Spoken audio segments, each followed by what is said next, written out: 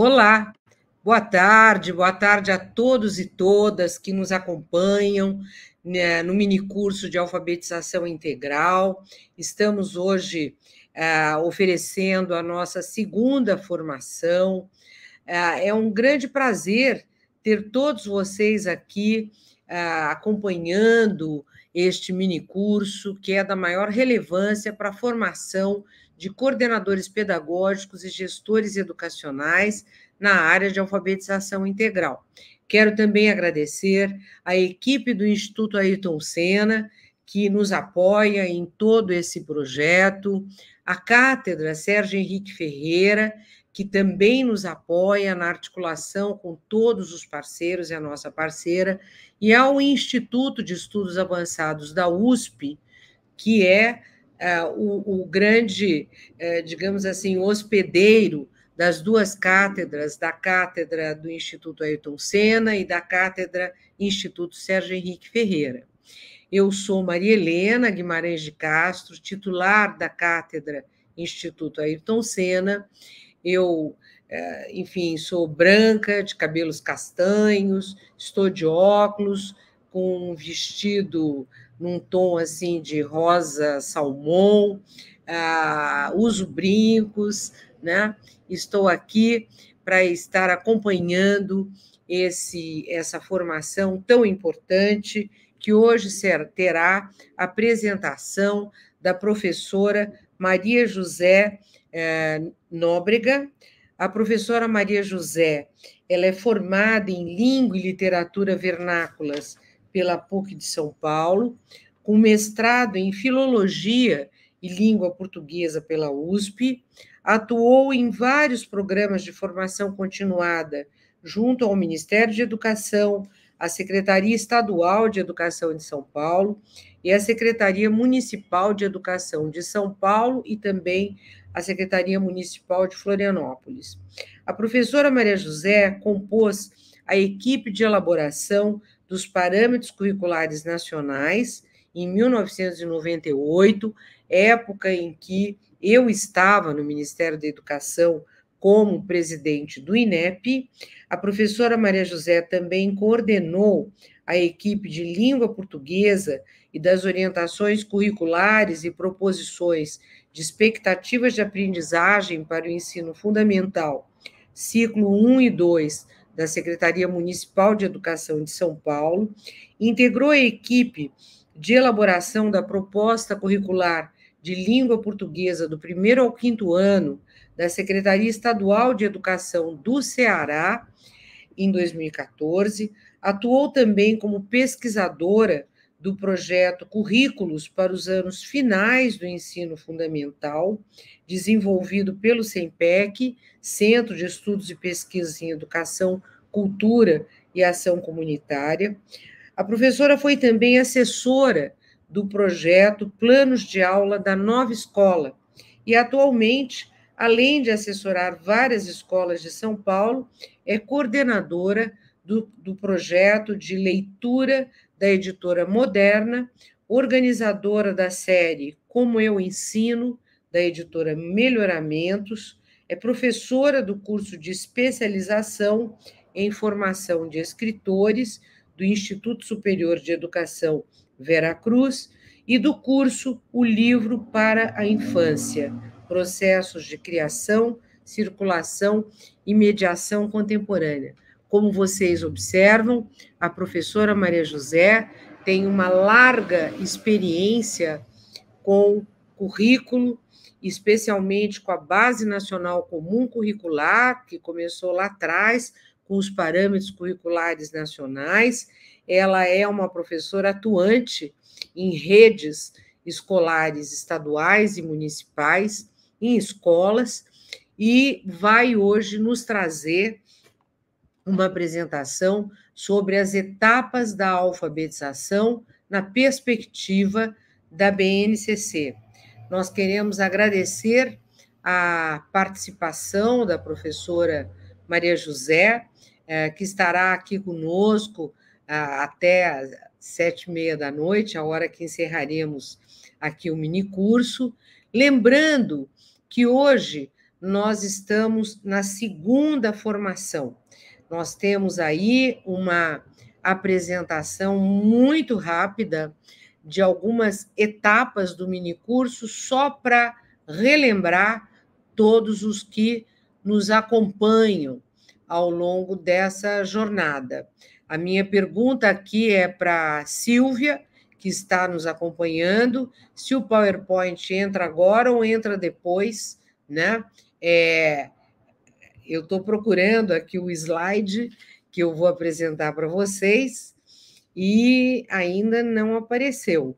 Apareceu agora. Minicurso Alfabetização Integral, pode passar o próximo slide. O próximo slide que lembra a todos os nossos cursistas que a primeira formação síncrona, realizada no dia 21 de março, foi a escrita como instrumento histórico de cidadania e objeto de políticas públicas.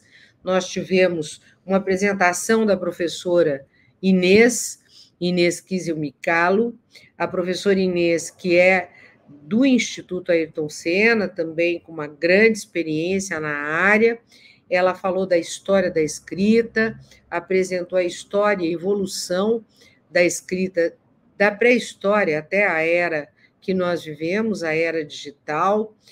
Apresentou também aspectos importantes da expansão e diversidade do sistema de escrita ao longo da história, a sua importância para as sociedades contemporâneas, falou dos registros escritos e a sua relação com os direitos humanos, o processo de construção do mundo ocidental dos direitos humanos, de toda a legislação que trata de políticas públicas ligadas à garantia dos direitos civis, políticos e sociais da cidadania moderna, da cidadania ocidental, das democracias ocidentais que predominam nesse período que nós vivemos, especialmente do final do século XIX até hoje, né? Finalmente, a professora Inês falou do ecossistema educacional e do que nós precisamos fazer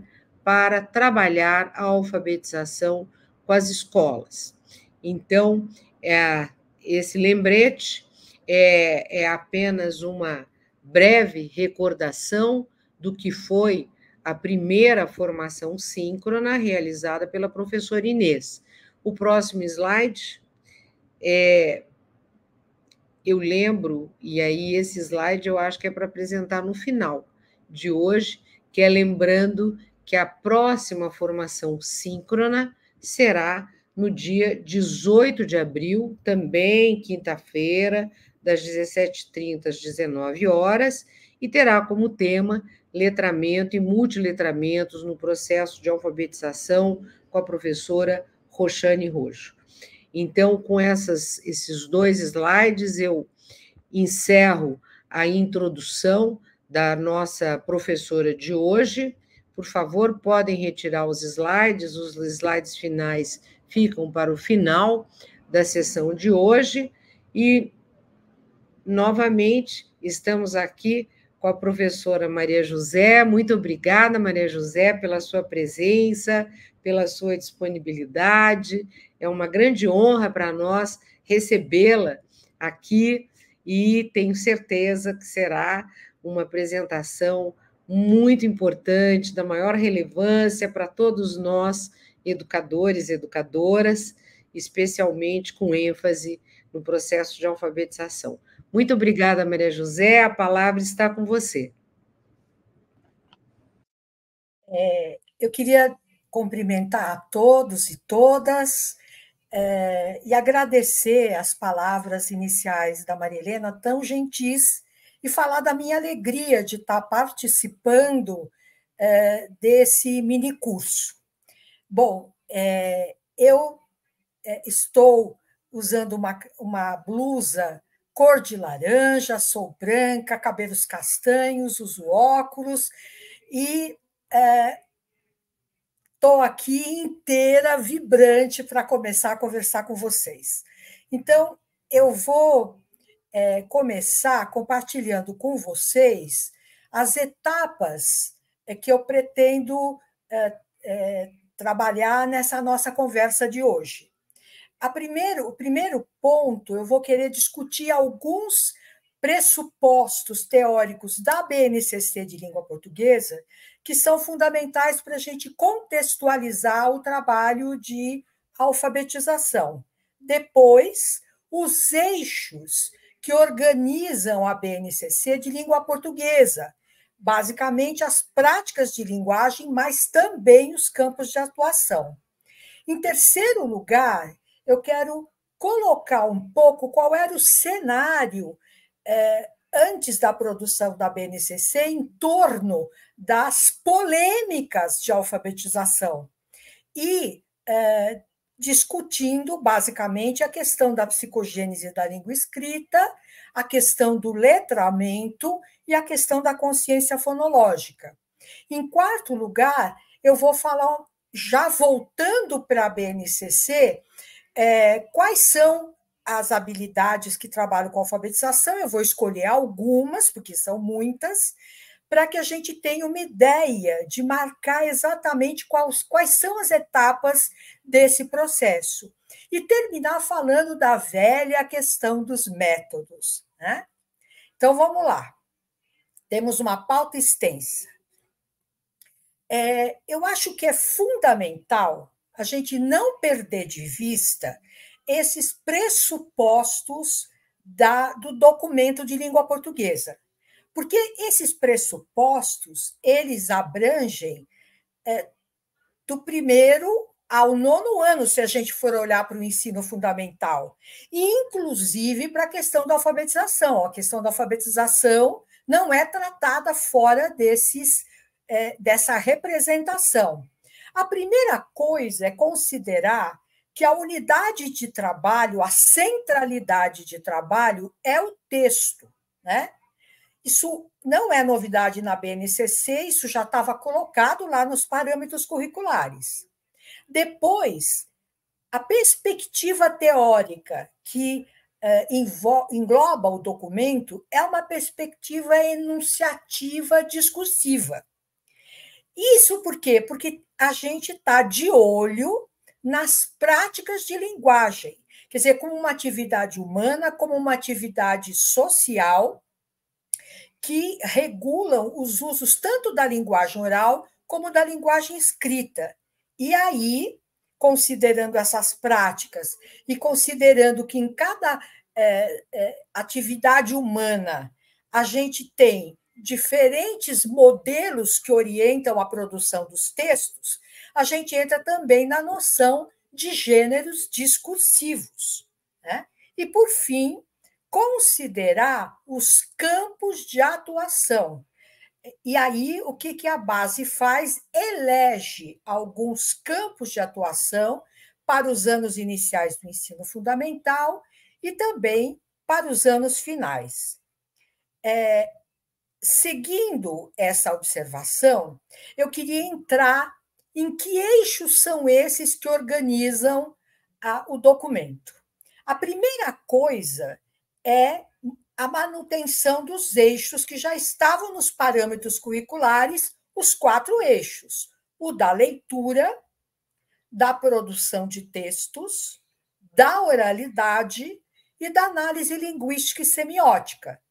A novidade aqui está nessa palavra semiótica, porque quando a gente pensa hoje nas interações, e dos parâmetros para cá elas se vão muitos anos, a tecnologia ela expandiu a interação que a gente tem com as linguagens.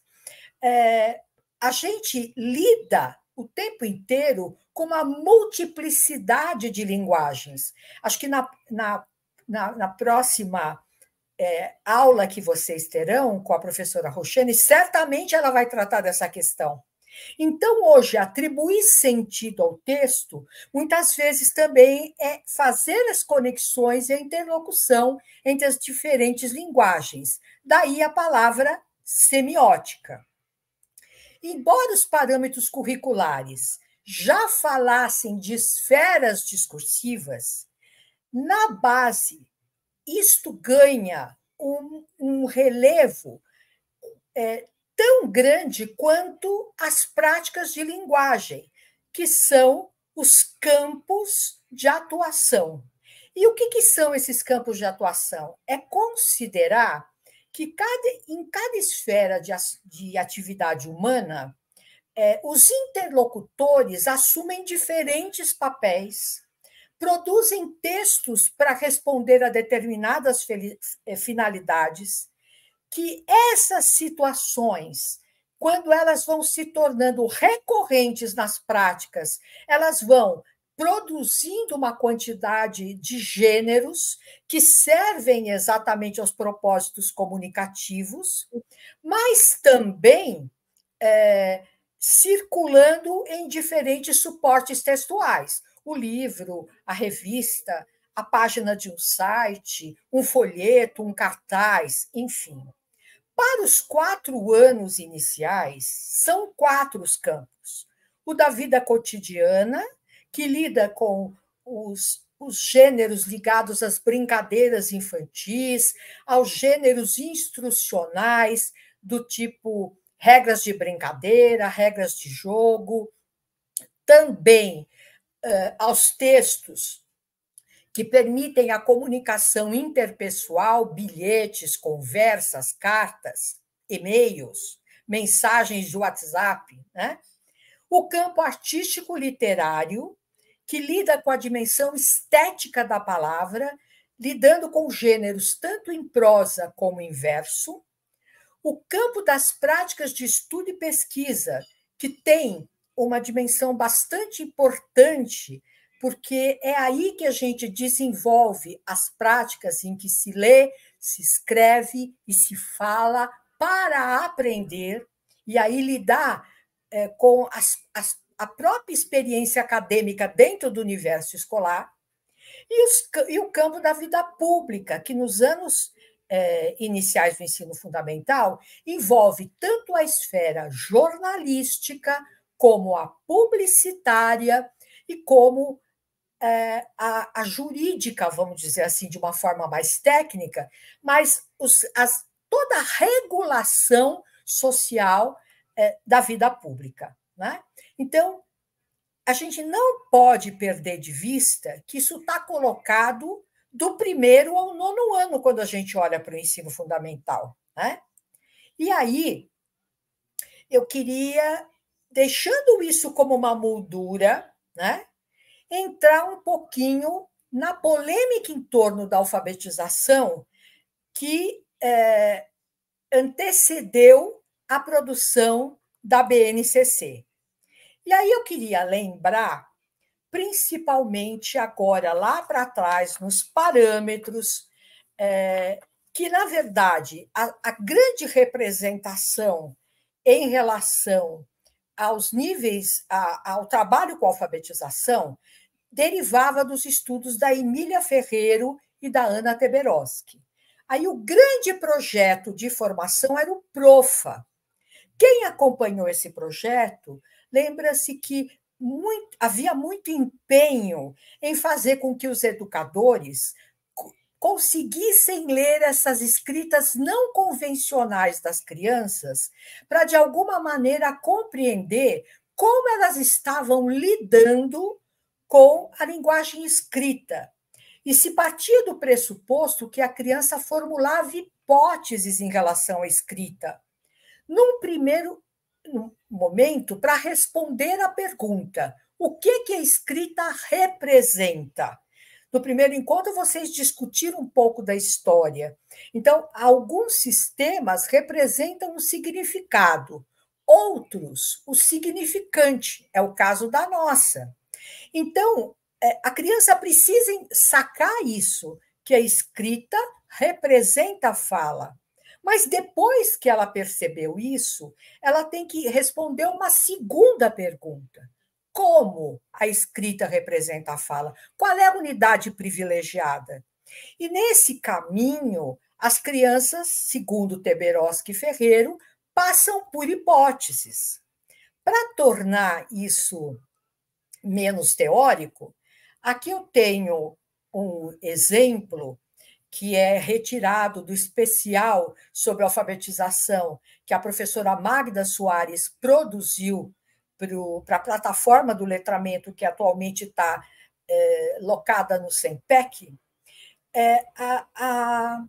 a Magda vai mostrando aqui nesses exemplos como, no primeiro momento, quando se solicita para a criança escrever brigadeiro, ela desenha. Portanto, nesse momento, ela ainda não conseguiu perceber a diferença entre desenho e escrita. O desenho ele tem uma representação icônica, a escrita é simbólica. Mas quando ela está na fase da garatuja, em que ela já imita o traçado da letra cursiva, por exemplo, ela já percebeu que desenhar não é a mesma coisa que escrever. E, aos poucos, ela avança para uma hipótese pré-silábica, onde ela percebe que as pessoas usam letras. E aí ela passa a usar letras para escrever, mas ainda não percebeu a relação da escrita com a fala. Isso vai acontecer quando ela entra na hipótese silábica. Reparem que, embora as letras que ela coloca aqui não sejam letras que fazem parte da palavra, as letras marcam exatamente 4 emissões de voz, que são as sílabas. Depois, silábico com valor, como aparece embaixo, B, A, D e O já são letras que fazem parte das palavras. E aí ela vai avançando para responder aquela segunda pergunta. Não é a sílaba, a unidade que a escrita representa, mas são os fonemas, que são unidades intrassilábicas. Num primeiro momento, ela oscila, ora a letra representa a sílaba, ora ela já consegue decompor a sílaba, até chegar na hipótese silábica. Silábica não, desculpem, alfabética.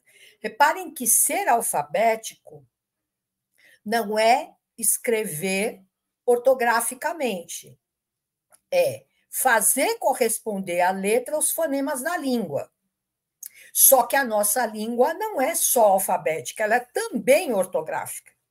Então, aqui a gente tem, principalmente neste final, o que a gente espera nos anos iniciais do ensino fundamental. Mas vamos avançar mais um pouquinho. Depois do PROFA, já nos anos de 2015 a 2010, a gente teve um programa de formação de educadores já nas mãos das universidades, de especialistas das universidades. E aí foi introduzido, nesse momento, o conceito de letramento. O próprio programa de formação, o pró-letramento, trazia a palavra letramento no nome. E o que esse programa pretendia? Ele pretendia chamar a atenção para a especificidade da alfabetização como um processo de alfabetização do sistema de escrita alfabético e ortográfico, que possibilita que a criança escreva com autonomia, mas considerar o letramento como processo de inserção da criança na cultura escrita, de modo a que ela, de alguma maneira, participe das atividades comunicativas, e a gente sabe que esse processo do letramento começa quando a criança interage com a palavra e segue vida fora. Mas qual é a polêmica que estava envolvida aqui?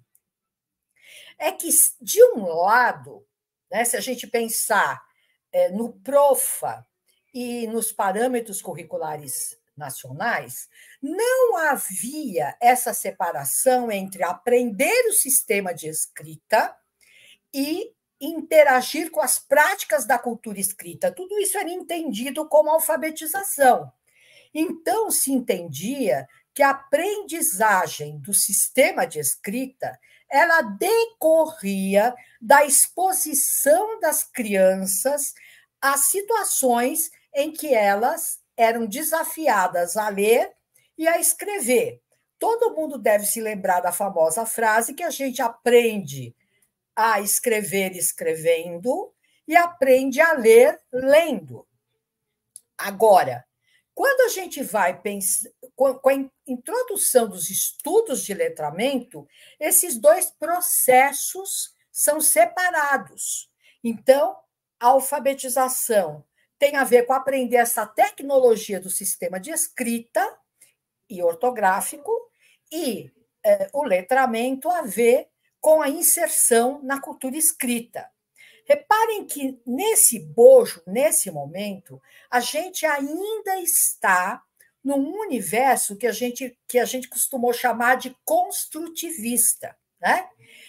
E aí eu vou lembrar o nome de um pesquisador da Universidade Federal de Pernambuco, que é o professor Arthur Gomes de Moraes, que ele fala em construtivismos no plural. Quer dizer, de um lado, você teria uma abordagem em que a alfabetização é uma coisa só, que une tanto a aprendizagem do sistema como a aprendizagem das práticas da cultura letrada, e, do outro lado, entendendo a especificidade da alfabetização, mas considerando que era fundamental também tratar o letramento. Bom, vamos dar mais um passo aqui nesse momento aqui histórico, que é o contexto da base. Aí entra, e aí eu já estou nos anos de 2013 a 2018, pensando no PNAEC, o Pacto Nacional pela Alfabetização na Idade Certa, que introduz outros estudos, que são os estudos da consciência fonológica. A professora Thais, que é da Universidade Federal de Minas Gerais, ela define consciência fonológica como um conjunto de habilidades que exigem que as crianças ignorem o significado e prestem atenção ao significante das palavras. Isso porque o nosso sistema de escrita representa o significante, a materialidade do signo linguístico, não o seu sentido. E para avaliá-la, para avaliar essa consciência, a criança ela pode ser confrontada com uma série de tarefas, como, por exemplo, separar palavras em sílabas, perceber se o tamanho de uma palavra em relação à outra, identificar semelhanças sonoras, como aliterações e rimas, etc.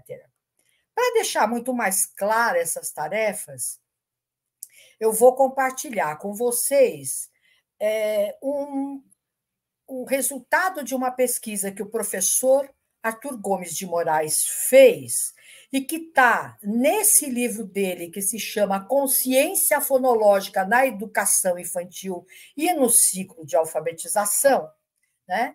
Em que ele investigou, do ponto de vista do aprendiz, quais eram dessas habilidades de consciência fonológica as mais e menos difíceis.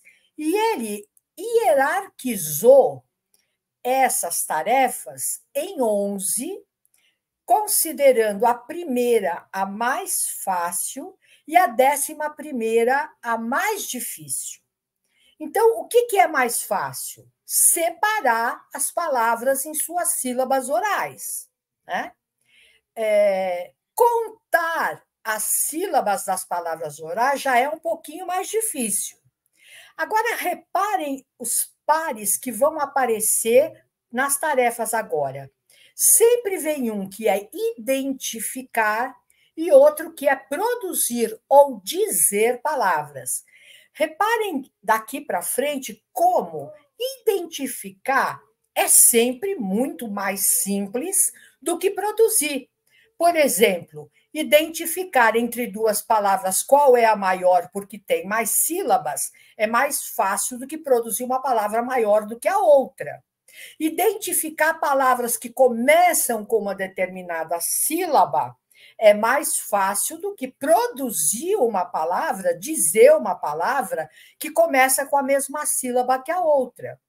Identificar palavras que rimam é mais fácil do que produzir ou dizer uma palavra que rima com a outra.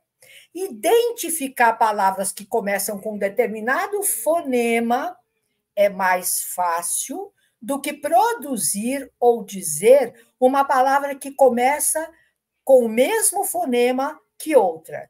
Eu quero chamar a atenção para que identificar fonema ou produzir palavra que começa com aquele mesmo fonema estão entre as tarefas mais difíceis do ponto de vista do aprendiz. Então, quando a gente pensa, por exemplo, em metodologias que trabalham com métodos de instrução fônica, reparem que eles começam exatamente com atividades que, do ponto de vista do aprendiz, são mais difíceis. Se vocês quiserem conhecer mais esse estudo, eu convido a leitura do livro do professor Arthur. Depois, ele termina com identificar a presença de uma palavra dentro da outra. Por exemplo, uma palavra como macaco, dentro dela tem a palavra maca e a palavra caco, e outras que a gente pode descobrir.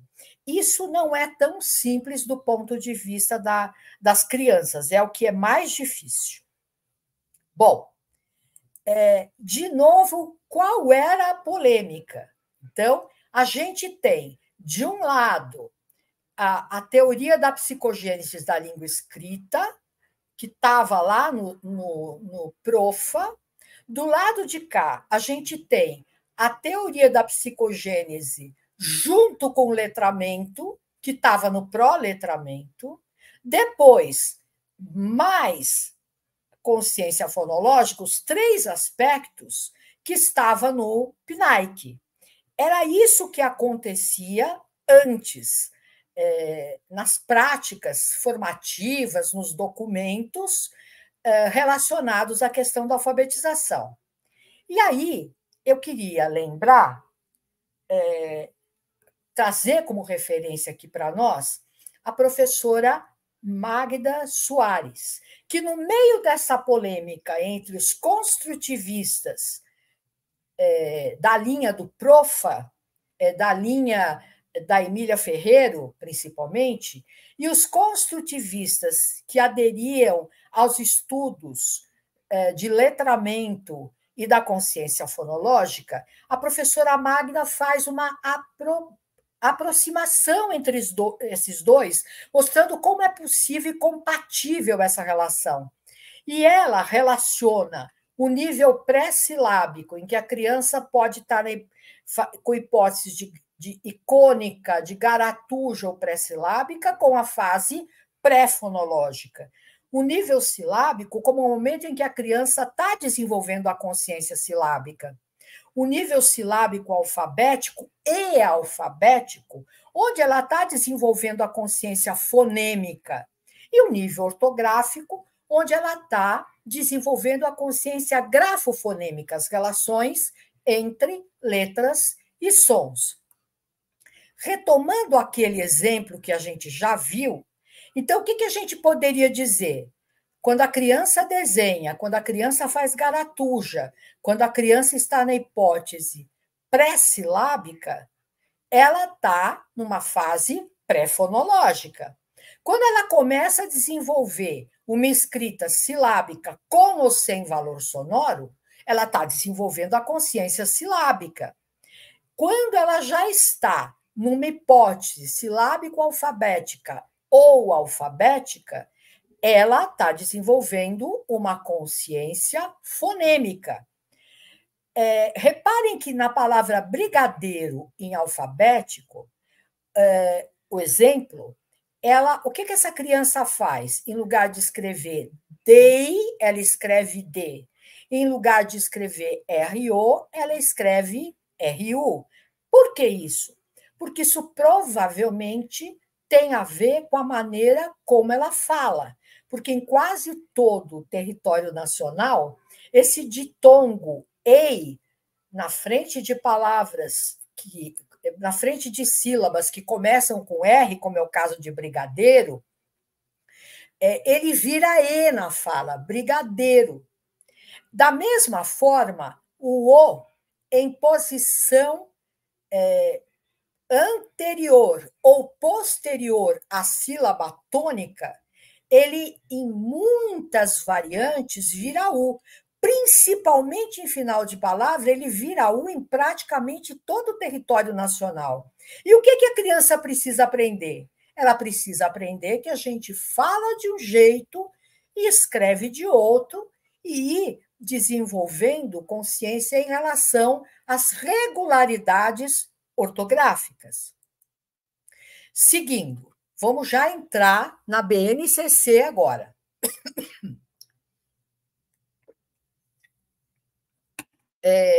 E a BNCC, quando vai falar de alfabetização, ela traz esse texto aqui. Embora, desde que nasce e na educação infantil, a criança esteja cercada e participe de diferentes práticas letradas, é nos anos iniciais, primeiros e segundos anos do ensino fundamental, que se espera que ela se alfabetize.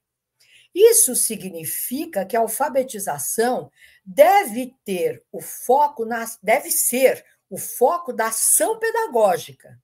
Nesse processo, é preciso que os estudantes conheçam o alfabeto e a mecânica da escrita e da leitura, processos que visam que alguém se torne alfabetizado, ou seja, que consiga codificar e decodificar os sons da língua, os fonemas, em material gráfico, né? Ou então em material gráfico, grafemas e letras, o que envolve o desenvolvimento de uma consciência fonológica dos fonemas do português do Brasil e de sua organização em segmentos sonoros maiores, como sílabas e palavras, e o conhecimento do alfabeto do português do Brasil em vários formatos, letras de imprensa, cursiva, manuscrita, maiúscula, minúscula,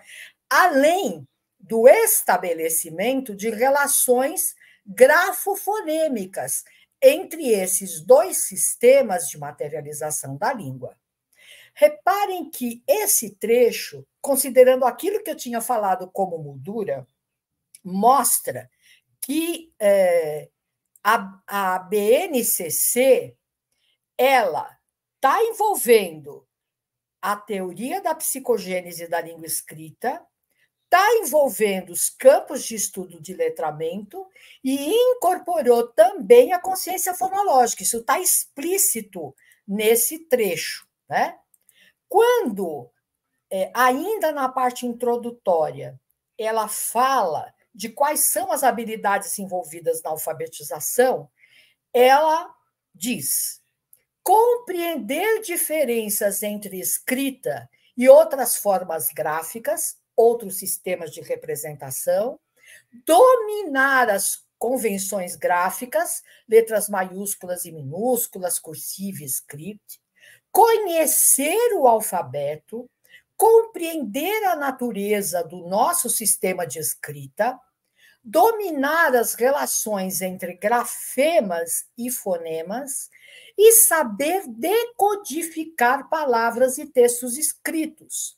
Saber ler, reconhecendo globalmente as palavras e ampliar a sacada do olhar para porções maiores de texto que meras palavras, desenvolvendo assim a fluência e a rapidez de leitura, que é exatamente esse fatiamento, fazer pausas em unidades que fazem sentido.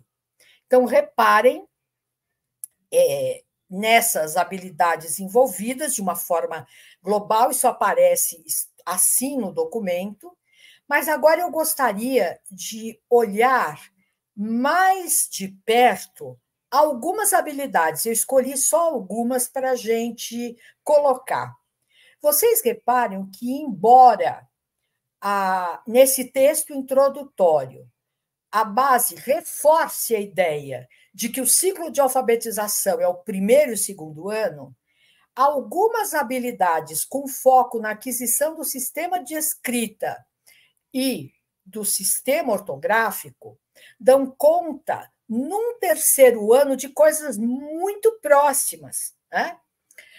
E aí, considerando também o terceiro ano como um ano de ciclo, embora na BNCC a gente tem as habilidades EF do ensino fundamental, que são 12, EF12 específicas para primeiro e segundo ano, e EF35 específicas do terceiro ao quinto, separando claramente esses 2 anos. Mas reparem, a primeira habilidade que aparece aqui é reconhecer o sistema de escrita alfabética como representação dos sons da fala. Repare que isso não aparece no segundo e não aparece no terceiro ano. Ora, se a criança tem que reconhecer que a escrita é um sistema que representa os sons da fala, se espera que ela seja capaz, por exemplo, de escrever brigadeiro numa hipótese alfabética, como apareceu aqui nesse exemplo. Não está colocado ali, nessa habilidade, que seja ortográfico. Mas, numa outra habilidade, aparece lá identificar fonemas e sua representação por letras. Mas quando a gente vai para o segundo e para o terceiro, principalmente no segundo ano, numa habilidade comparável, a gente já tem no segundo a entrada de conteúdos que são ortográficos, que vão, de alguma maneira, explorar as regularidades, principalmente as regularidades contextuais. O que isto quer dizer? Que, dependendo da posição que uma letra ocupa na palavra, se ela está no começo, no interior da palavra, ou no final, ou ainda das letras que estão ali na vizinhança, o que vem antes e o que vem depois, algumas coisas podem e outras não. Por exemplo, C cedilha não pode estar em começo de palavra. C cedilha não pode estar acompanhado, seguido, de uma vogal como E ou I. Então, estas são regularidades contextuais, quer dizer, que depende da posição daquela letra na palavra. Reparem que isso continua no terceiro ano, né? Com elementos diferentes. Aqui, a gente tem, no final deste quadro, de novo, habilidades que envolvem a estrutura das sílabas em português. Então, o que a gente tem aqui? A criança tem que identificar a estrutura da sílaba para além daquela que é a mais frequente, que é chamada de sílaba canônica, cuja estrutura é consoante e vogal. Então, reparem que no segundo ano, você já tem lá, entre parênteses, uma lista maior de estruturas silábicas, e no terceiro isto se repete ampliando. Eu queria mostrar que, embora explicitamente a base circunscreva primeiro e segundo ano como ciclo de alfabetização, quando a gente compara as habilidades, a gente vê que esse ciclo é um pouco maior, né? Eu queria agora, só para mostrar, eu estou repetindo aqui as mesmas habilidades que eu já tinha mostrado no terceiro ano, ao comparar habilidades do terceiro com o primeiro e segundo, olhando agora para o quarto ano. Vejam que essas habilidades de estruturas silábicas continuam no quarto ano, não no quinto. E essas habilidades relacionadas às regularidades, que apareciam no terceiro, elas já no quarto avançam para considerar regras que correspondam a fonemas e grafemas regulares e contextuais. E aqui já não cita quais são. Portanto, a gente está esperando que a criança consolide as regularidades ortográficas no quarto ano. E reparem que aqui no quinto é que entram os contextos irregulares. Né? Bom, isso só para mostrar que, na verdade, quando a gente considera o ciclo de alfabetização como sistema de escrita, mas também ortográfico, há um processo mais dilatado do que aparece só quando a gente vê aquele começo que fala de primeiro e segundo ano. Seguindo um pouco, agora eu quero voltar para onde a gente começou, né? Aqueles princípios que orientam a produção da Brase, aqueles pressupostos teóricos, mas também os eixos, quer dizer, tanto as práticas de linguagem como os campos de atuação. Vejam bem, a Magda Soares, de novo ela, né, fala que a alfabetização é um todo em 3 camadas, né? Então, repare, agora, embora as habilidades que eu selecionei sejam habilidades com foco no sistema de escrita e ortográfico, agora a gente vai tentar pensar isso de uma forma mais ampla, que é a primeira etapa, seria aprender o sistema de escrita alfabética e ortográfico, que está ligado à prática de análise e reflexão sobre a língua, né? Análise linguística. Depois, o segundo, que é ler e escrever textos para poder, de algum modo, se apropriar dos usos da escrita. Reparem que esse círculo em amarelo está relacionado à prática de leitura e de produção de texto, que dentro da dimensão do letramento já é ligado ao uso, portanto, o letramento, e participar de contextos sociais e culturais da escrita. E aqui a gente retoma os campos de atuação que estão lá estruturados na base. Então, repare o que a Magda está dizendo, que a gente precisa, de algum modo, alfabetizar num contexto de letramento. Quer dizer, não perder de vista que a aquisição do sistema de escrita ortográfico precisa se dar nas práticas de linguagem, de leitura e produção, mas práticas situadas socialmente na cultura escrita. Né? Dando mais um passinho e voltando para a alfabetização.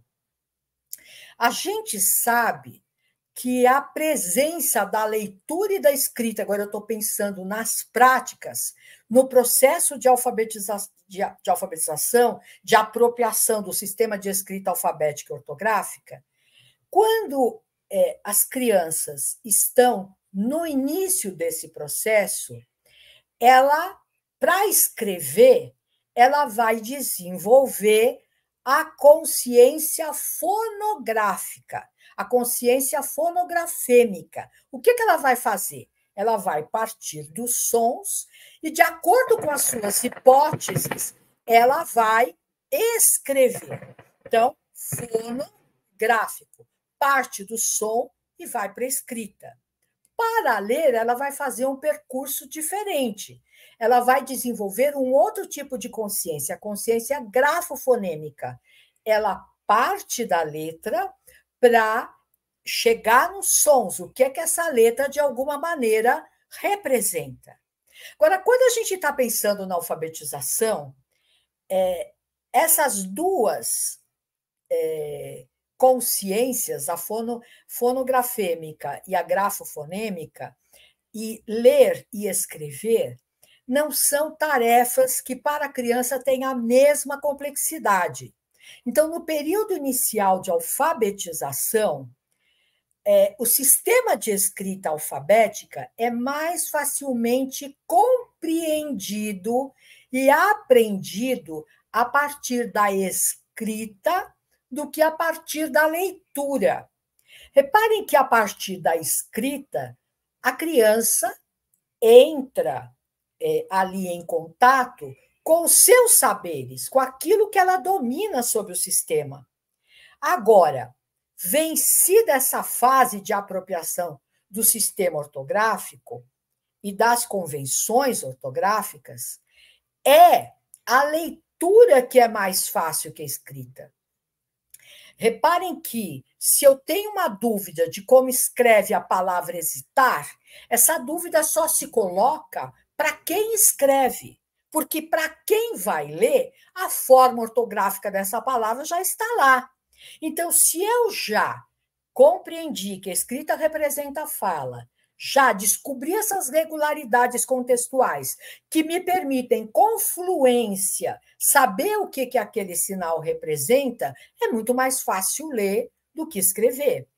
Por isso, nas práticas sociais, é muito comum que a gente encontre mais leitores do que exatamente escritores, né? E isso tem a ver exatamente com essa inversão e dessa mudança. Mas não é a mesma coisa quando a criança está aprendendo. Bom, juntando tudo isso, né? E já que a gente está nesse encontro tentando pensar nessas etapas do processo de alfabetização na perspectiva da BNCC, eu acho que, quando a gente olha para o princípio alfabético, a expectativa é que os alunos do primeiro ano dominem o sistema de escrita alfabética. Atenção, para isso eu preciso desenvolver a consciência fonêmica, porque eu preciso compreender que as letras representam os sons da fala, mas não a grafofonêmica, porque a grafofonêmica implica em saber quais são os contextos em que eu posso usar aquele grafema, e isso implica também conhecer as regularidades contextuais.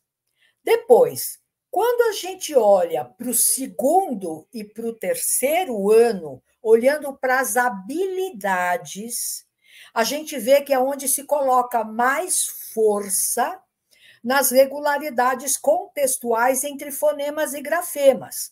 Portanto, aqui a gente está desenvolvendo tanto a consciência grafofonêmica como a consciência fonografêmica.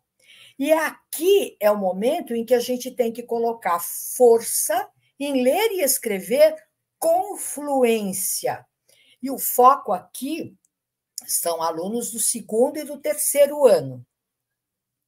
Reparem que conhecer contextos irregulares, em que mais de um grafema competem para representar um fonema, né, implica desenvolver a consciência grafofonêmica e fonografêmica para ler e escrever com autonomia.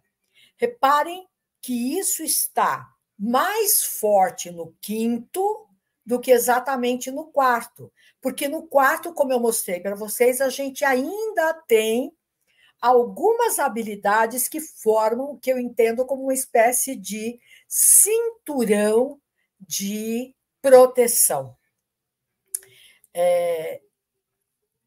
E aí?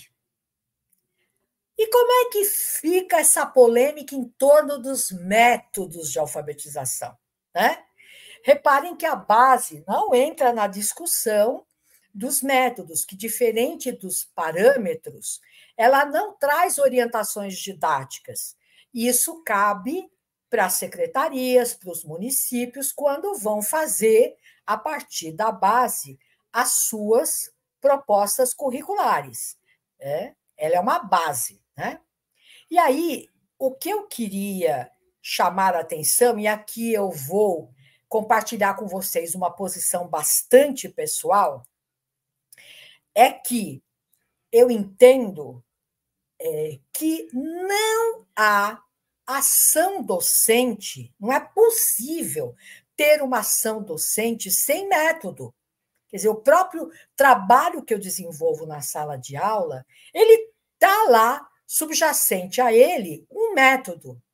Agora, eu estou entendendo o método aqui como o conjunto de decisões que educadores tomam em relação a um determinado fazer. Né? Por exemplo, como é que eu vou transformar a sala de aula em um ambiente de alfabetização e letramento? A forma como eu respondo essa pergunta, como eu organizo o espaço, já sinaliza para mim método. Depois, que capacidades se espera que as crianças desenvolvam? Que metas eu coloco para cada ano? Né? Depois, quais são os materiais mais adequados para desenvolver essas capacidades? Isso passa tanto pela escolha dos materiais didáticos dos programas como o PNLD, tanto do livro didático como literário, como passa por outros materiais que a escola pode conseguir. Depois, que procedimentos de ensino eu vou adotar? Como é que eu vou organizar a turma para a realização de uma tarefa? Eu vou propor um trabalho pessoal? Eu vou propor um trabalho em duplas, em pequenos grupos? Ou vai ser uma situação coletiva com o professor coordenando uma discussão do grupo inteiro? E depois, de que forma eu vou acompanhar, eu vou monitorar, eu vou avaliar o desempenho dos estudantes? Então, eu penso que se a gente se concentra nessas perguntas e se a gente se concentra em capacitar os educadores para responder essas perguntas de uma forma cada vez mais autorizada, sustentada, numa boa teoria que ilumina a prática, a gente sai dessa discussão velha de lá de trás de qual é o melhor método para a alfabetização. Bem, eu queria ir fechando a minha fala recomendando 2 livros que eu acho importantes para entender a alfabetização na base. O primeiro é esse livro da Magda, Alfabetização, a questão dos métodos, em que ela faz uma grande revisão teórica, né, do que tem sobre a alfabetização, tanto aqui no Brasil como fora.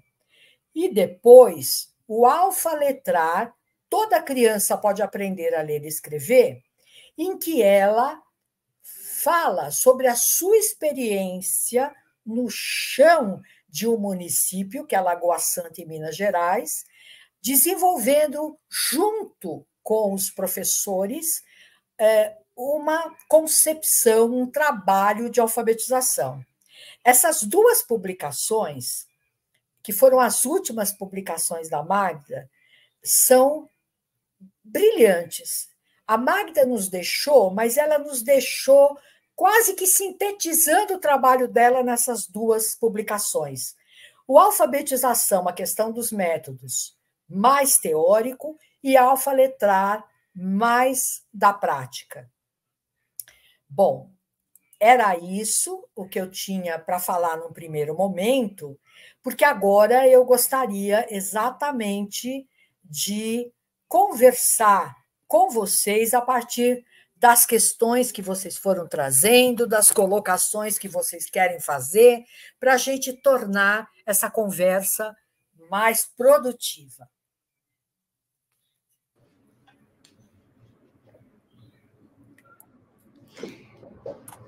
Maria José, muito obrigada. Adorei as suas explicações todas, especialmente as referências, comparando os parâmetros curriculares nacionais, a Base Nacional Comum Curricular e a Magda, que é a nossa grande referência, né? Para entender o processo de alfabetização como um processo que envolve diferentes metodologias, e para isso é preciso ter um método de trabalho, né? Para saber como fazer para que as crianças realmente desenvolvam as suas habilidades na área de letramento e alfabetização. Muito bom, parabéns, excelente. Eu vou abrir, então, agora, Maria José, para as perguntas, perguntando aqui para os participantes quais são as dúvidas, se querem trazer perguntas. Eu não sei se a Silvia selecionou alguma questão aí para nós encaminharmos a professora Maria José, né? Enfim, temos, Silvia, alguma pergunta?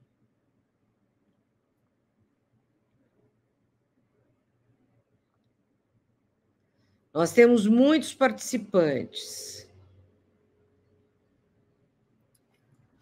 Maria Helena, ela escreveu que está no seu zap. Ah, é? Eu nem vi. Eu estou numa escuridão aqui, eu liguei uma luz errada.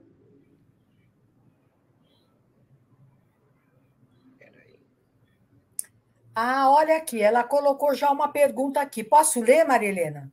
Pode, por favor. Ela colocou o seguinte: se é essencial que a criança tenha hipótese silábica com valor ou alfabética para que atinja os objetivos e habilidades dos primeiros anos do ensino fundamental. Aqui, eu acho que, assim, quando a gente coloca de uma forma tão clara na base essa habilidade de que desenvolver o sistema de escrita está só lá no primeiro ano, a gente está colocando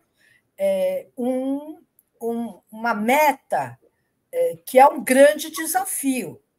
E claro que conseguir fazer com que a criança desenvolva uma hipótese alfabética no primeiro ano requer que essa criança tenha vivido experiências na educação infantil de exposição à escrita.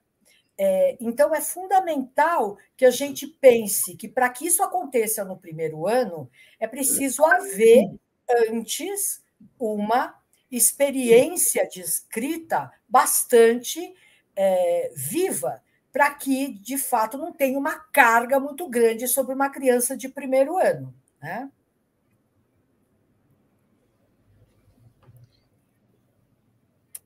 Ficou claro? Tivemos aqui uma primeira pergunta, agora temos uma segunda pergunta, Maria José, da Angelita Escota. Ela pergunta: diante das questões apresentadas, gostaria que a senhora falasse sobre o papel da educação infantil no processo de alfabetização. Eu acho que isso renderia uma outra conversa, porque também há uma discussão que eu acho que é bastante forte quando a gente olha para a educação infantil, se a educação infantil deve ou não alfabetizar. Essa eu acho uma questão falsa, né? Quando a gente olha para as habilidades da educação infantil, repare que o que está colocado lá são campos de experiência, quer dizer, que a criança possa vivenciar o seu corpo, as diferentes linguagens, a partir da própria curiosidade, da própria vontade que a criança tem de conhecer. E certamente, se ela vive numa cultura escrita, ela também tem vontade de conhecer como a escrita funciona. E, nesse sentido, quanto mais rica for a interação que as crianças tiverem com as brincadeiras infantis, as parlendas, as adivinhas, as trava-línguas, que exploram lindamente esses recursos sonoros. Por exemplo, uma trava-língua ela se sustenta na literação. Muitas dessas cantigas populares e parlendas exploram a rima. Quer dizer, quanto mais a gente trouxer esse universo rico da cultura popular destinada à infância, mais essa aproximação da criança com a palavra se dá de uma forma natural. O que a gente não está imaginando é uma educação infantil em que a gente corte essa dimensão lúdica e a dimensão do brincar, que é tão fundamental, né, na educação infantil. Mas, se a criança tem curiosidade em relação à palavra escrita, eu acho que é um dever do educador proporcionar essa reflexão. E obviamente, quanto mais ela tiver interagido com a palavra, mais ela avança em relação às suas hipóteses. Então, se ela chegar, por exemplo, no primeiro ano, numa hipótese silábica, tendo compreendido que a escrita representa a fala, isso vai dar para ela uma enorme vantagem para avançar em relação ao desenvolvimento dessas habilidades. Muito bom. Vamos ver aqui, temos mais uma pergunta. A Olívia Freitas vai um pouco na mesma linha da educação infantil. Ela pergunta se a criança precisa conhecer o som das letras na educação infantil, mas também ressalta que muitos educadores insistem em ensinar apenas o nome das letras. Então, a pergunta dela é: a criança precisa conhecer o som, ou a gente deve apenas ensinar o nome das letras? O que a senhora sugere, recomenda? Tá. Olha, quando a criança está no processo de alfabetização, tem muitas coisas em torno da letra que ela precisa descobrir. Primeiro, ela precisa descobrir como se traça, como grafar aquela letra. Segundo, ela precisa descobrir que nome essa letra tem, né? Terceiro, ela precisa descobrir que valor essa letra representa, né? Então, por exemplo, uma letra como C, ela tem o nome C, mas esse nome é orientado por um princípio acrofônico. O que isso quer dizer? Que no nome da letra já tem uma pista para saber que a letra C pode representar o som C, que não é o que aparece quando a gente fala casa.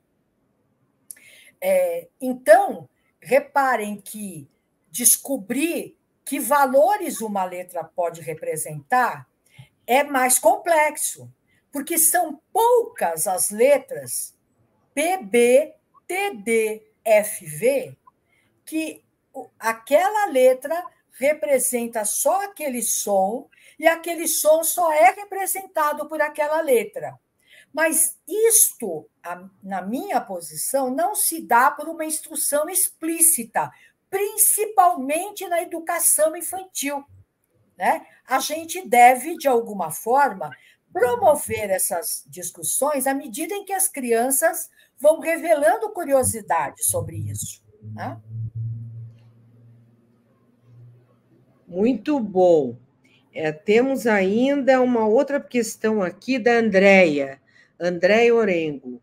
Por favor, professora, gostaria de uma indicação de literatura para trabalhar a consciência fonológica com os professores. Olha, eu recomendaria fortemente o livro do professor Arthur Gomes de Moraes, que eu coloquei na apresentação, quando eu estava falando das tarefas de consciência fonológica. Deixa eu só recuperar aqui para passar para vocês o nome Certinho, peraí, já faço isso. Eu sei que ele é publicado pela editora Autêntica. Deixa eu já aqui, já cheguei. Pronto. Ele se chama Consciência Fonológica na Educação Infantil e no Ciclo de Alfabetização, do professor Arthur Gomes de Moraes, publicado pela editora Autêntica. A própria Magda Soares fala disso no livro Alfaletrar, uma questão de método e do ponto de vista prático no Alfaletrar. Mas acho que isto, de uma forma mais organizada, está no livro do Arthur Gomes de Moraes. Ótimo, muito obrigada. Nós vamos postar depois, estou pedindo aí para as meninas colocarem no chat o nome do livro do autor Arthur Gomes de Moraes, direitinho para que todos tenham acesso. E temos uma última questão, Maria José. Quais as mudanças, na sua visão, são necessárias na BNCC para aperfeiçoar ainda mais o trabalho de alfabetização das escolas? Bom, quando a própria BNCC... Esse é um tema do debate atual, né? Pois é. Então, eu lembro que quando a BNCC foi promulgada, ela já vinha, de alguma maneira, com uma data prevista de mais ou menos 5 anos após a promulgação, para ela ser atualizada. Então, uma coisa que eu acho importante nessa atualização é que esse trabalho seja feito de uma forma compartilhada, porque houve um esforço de estados e municípios de elaborarem seus próprios currículos. Embora os currículos que eu examinei estivessem ainda muito colados na própria base. Quer dizer, poucos foram os currículos que de fato, trouxeram essa característica local para dentro dos seus documentos. Então, o que eu acho que a gente pode avançar é definir com maior clareza quais são essas metas e, eventualmente, talvez simplificar um pouco a linguagem para tornar mais claro o que se espera. E, nesse sentido, no Alfaletrar, a Magda Soares dá um bom exemplo do que é isso, quando ela coloca lá as metas que ela tem para cada uma das práticas de linguagem, para a leitura, para a produção, para o sistema de escrita alfabético e também o ortográfico, o que se espera a partir do infantil 4, infantil 5, do primeiro até o terceiro ano. Então, eu acho que isso ajuda a entender, porque acho que ela coloca isso de uma forma clara, mas o que eu acho mais interessante é que essas metas, no caso do Alfaletrar, foram estabelecidas em diálogo com os professores. Eu acho que é isso que a gente precisaria ter. O que está de fato acontecendo? O que de fato é possível a gente fazer em cada ano, de maneira a garantir que as crianças se alfabetizem o quanto antes. Porque a gente sabe que quanto antes a criança se alfabetiza no ensino fundamental, mais facilidade ela vai ter para interagir com os próprios materiais didáticos que ela precisa enfrentar na sua própria escolaridade, né? Então, muito do sucesso escolar depende do que ela conseguir interagir autonomamente, mas entendendo também que esse processo, principalmente de ortografização e de leitura e de escrita, avança, não é uma coisa que fecha no ciclo de alfabetização, né? A gente precisa ter esse olhar bastante cuidadoso. Então, o que eu vejo é que para mim, o que seria importante é que a gente avançasse, tanto do ponto de vista de trazer qual foi a experiência efetiva dos educadores, tentasse, de algum modo, simplificar a linguagem, principalmente em língua portuguesa, a gente tem uma quantidade muito grande de habilidades. Será que a gente precisa de tudo isso? Ou teria uma forma mais simples de mostrar as metas, né? E ainda pensar na questão de um país tão grande como o nosso, de trazer um pouco mais a cor local para cada documento. Muito bom, Maria José.